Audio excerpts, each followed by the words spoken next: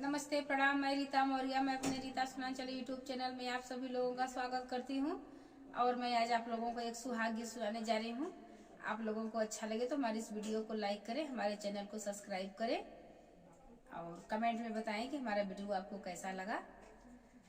सुहागिन बिटिया चिठिया धीरे धीरे लिखा, सुहागिन बिटिया चिठिया धीरे धीरे लिखा, सुहागिन बिटिया चिठिया धीरे धीरे लिखा, सुहागिन बिटिया चिठिया धीरे धीरे लिखा।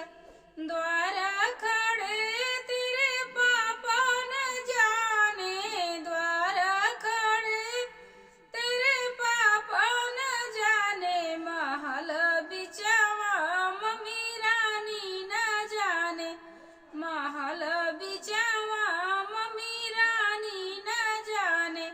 सुहागिन बिटिया चिठिया धीरे धीरे लिखा, सुहागिन बिटिया चिठिया धीरे धीरे लिखा।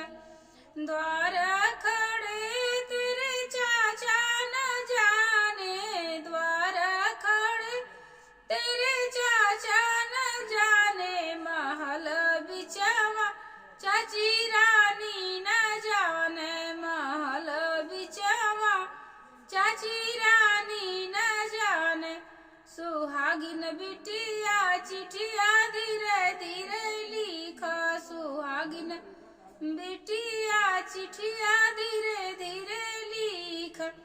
द्वारा खड़े तेरे भैया न जाने, द्वारा खड़े तेरे भैया न जाने, महल बिचावा भाभी रानी न जाने, महल बिचावा भाभी रानी न जाने। सुहागिन बिटिया चिठिया धीरे धीरे लिखा, सुहागिन बिटिया चिठिया धीरे धीरे लिखा।